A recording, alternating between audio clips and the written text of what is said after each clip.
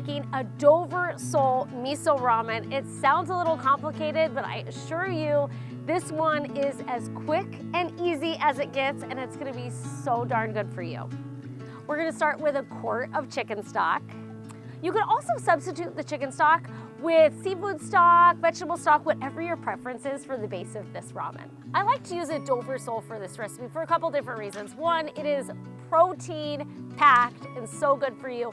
And two, because it has such a mild flavor that it really takes on all the flavors of all of our other ingredients.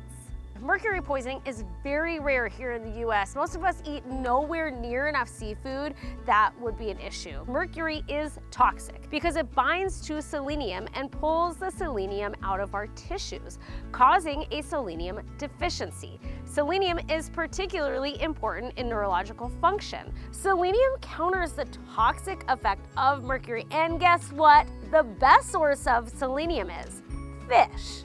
If you have access to fresh ramen noodles, that's awesome. If not, these packaged ramen noodles will work just fine.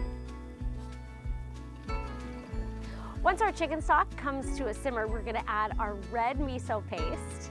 Then we're gonna whisk until our miso is fully dissolved. It smells so good already.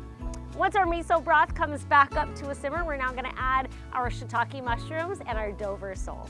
Once we throw our Dover sole into our miso broth, it only takes about 5 minutes until it's fully cooked and ready to enjoy. I wish you guys could smell this. It smells so good.